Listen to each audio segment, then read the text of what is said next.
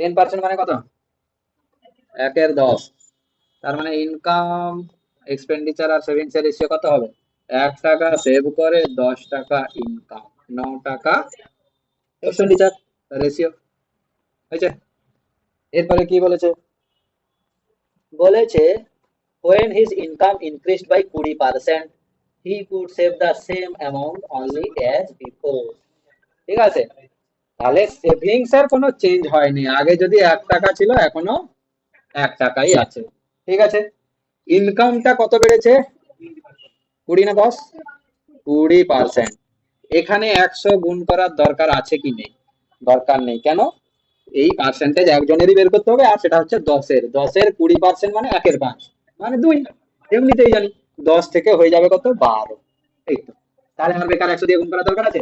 তাহলে 12 টাকা ইনকাম, 1 টাকা খরচ করে সেভ করছে, তাহলে খরচ করেছে 11 টাকা। হয়েছে। তাহলে 9 থেকে 11 কত টাকা বেড়েছে এক্সপেন্ডিচার? 2 টাকা। তাহলে এক্সপেন্ডিচার কত পার্সেন্ট বেড়েছে? 2/9। 2/9 মানে কত পার্সেন্ট গো?